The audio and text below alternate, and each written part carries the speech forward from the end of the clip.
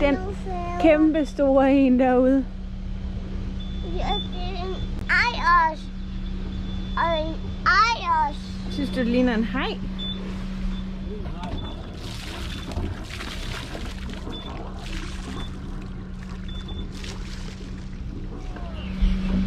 Leaving Bonaire. It has been a nice day, and we just left a little bit earlier this morning than we originally thought, because normally around 9-10 o'clock the wind started picking up in here, and it was so beautiful this morning with almost no wind here in the marina. So we left, and I just have to make the boat ready when we get out here, and then we'll set sail and be in Curacao around 1 o'clock.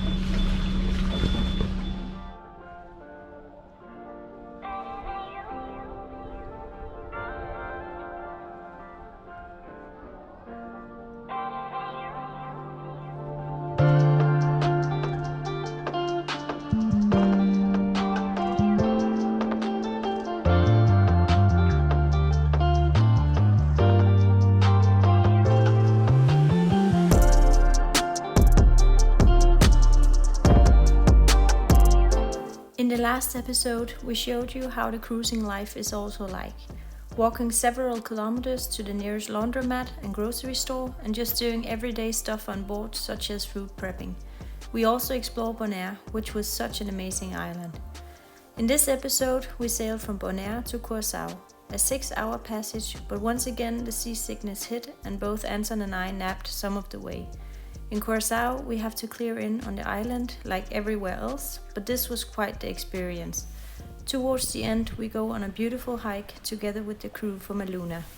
We just passed the Klein Curacao. It is a very small island, very flat, but it should be quite nice. But we're not allowed to go there before we have cleared in, so we need to go to the main island, and then I guess at some point we'll probably take out here a few days. Looking over here, we have now Curacao inside. I think 7-8 miles, and we'll be having some shelter from the island. Then we'll probably take down the sails and prepare. We need to have the anchor ready and everything. We need to enter in a very narrow channel. But then on the other hand, it's very sheltered, kind of an inland bay, and I think we'll be there in less than 2 hours. It has been a nice day.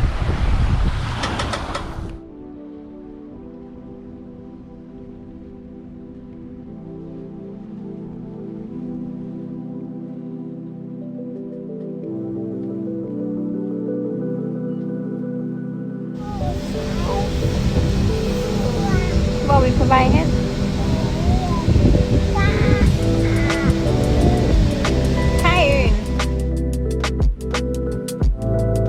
The entrance to Spanish water was very narrow, and we had to be very focused when we passed the reefs on both sides of the boat. It felt like we could just squeeze through, but it went okay, and we passed the most beautiful man-made beach to the right. Like you have the rocks on the one side, and you have like sand on the other side.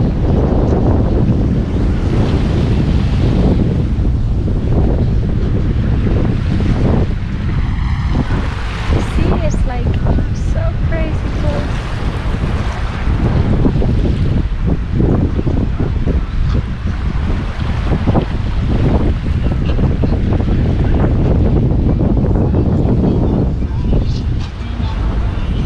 They're building a luxury resort here on this side. We made it. Just finding the perfect spot coming along. It's ridiculous. I mean, this is really a bad spot to find an anchor, because it's so windy in here, and we want to find a spot with just a little bit of shelter. But there's mooring buoys, and there's, I mean, people have just anchored here and there. There's not much room, even though it's a quite large area. Yeah, so we have tried maybe 9 or 10 times now. problem is we don't know if we have to swing 360 degrees around. No. Or there's quite some space. Yeah. So we'll see if hopefully we will find a spot. So how is the mood this morning? Mixed. I'm a little disappointed about Spanish waters. I mean, it's so far away from everything. On the other hand, the city here is so nice and so cozy. So I'm just kind of trying to get my head around how are we going to spend the next 1.5 months here nearby the city. And the other attraction that is on the island is nowhere near Spanish water. Then we missed the bus this morning by 6 minutes. We had to take a taxi. The taxi driver dropped us off the wrong place. Then we went to customs after waiting there in line, they told us we needed to go to immigration first, so now we're on our way to immigration. And then we go back to customs. Yeah, and at the end we need to go to the port authorities too. Yeah. So quite a hassle to do all the immigration stuff here. People say it takes like half a day. So. But I'm very positive surprised about the town or the city here. Yeah. It looks so cozy. Yeah, it looks really nice. But to be honest, I mean Spanish water. Yeah. Spanish waters, that's shit. Not shit, but it doesn't look nice. No, and it's so far away from anything that it's worth spending time. But we'll see, we haven't even spent 24 hours here yet, so... we'll spend the next couple of days finding out how to organize ourselves here, because we need to stay here for 1.5 months. Yeah. And you are going to have, we are going to have some of your friends, some of our friends visiting us. We shouldn't be in Spanish waters at that time.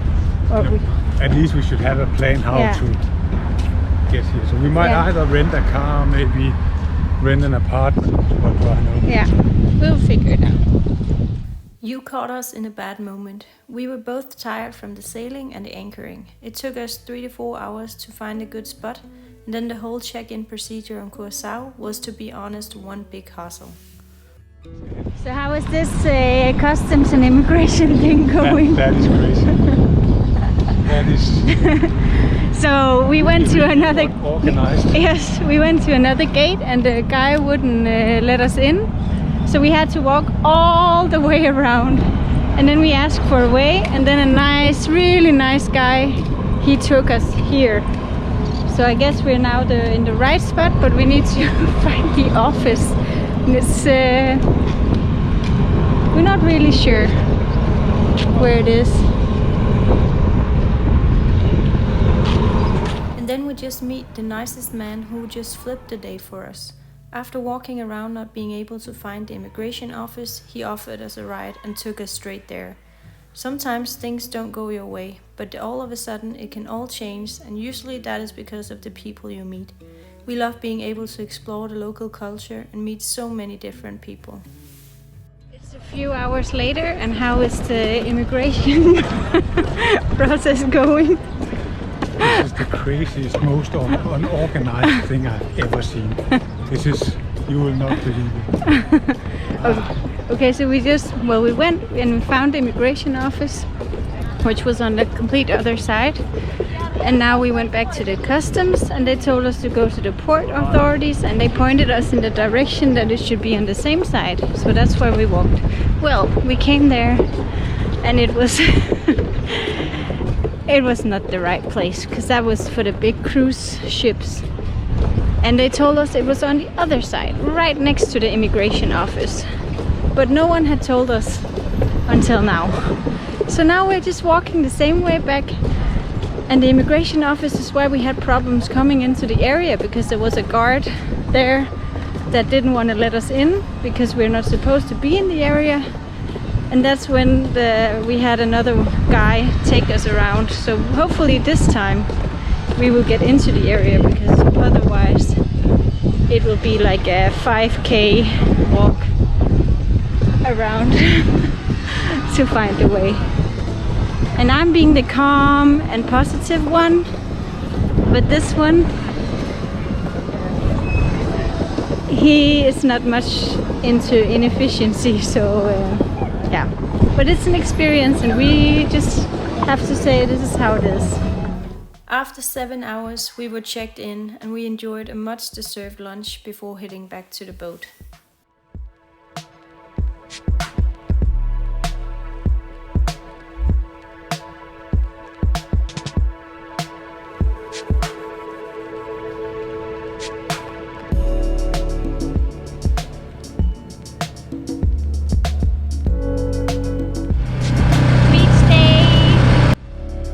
The next day it was beach day and time to relax.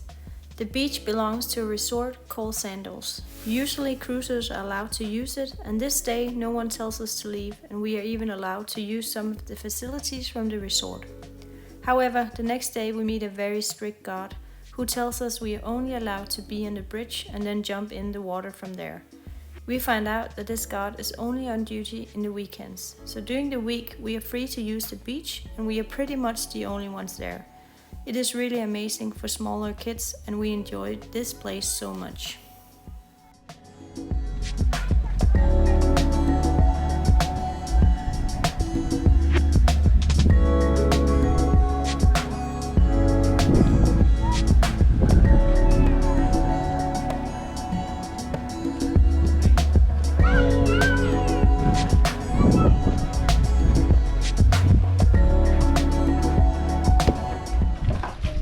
It's a very stressful morning because we're going on a trek to visit a beach with the crew from Aluna, and Elisabeth is so super stressed.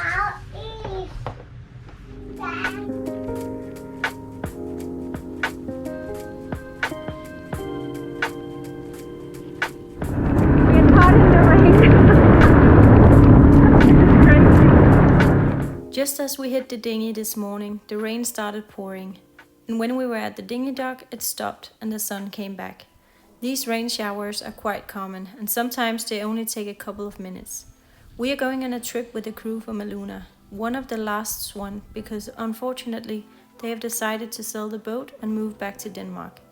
It is quite sad because Anton and I are very good friends, and us parents also enjoy spending time together. That is when the cruising life is hard. You meet great people, but most of the time you don't have similar plans for more than a certain period and your ways separate again.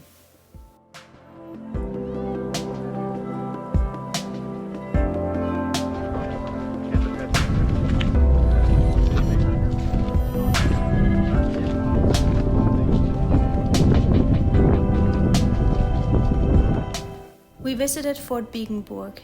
It lies on a rocky outcrop next to the Curacao Bay, east of the city of Williamstad. Fort Begenburg was built in 1703 on the orders of the governor Van Beek to protect the entrance to the bay behind it, the Spanish Water. The round tower of the fort was completely built out of stones that were fabricated in the Netherlands and which were shipped to Curacao as ballast.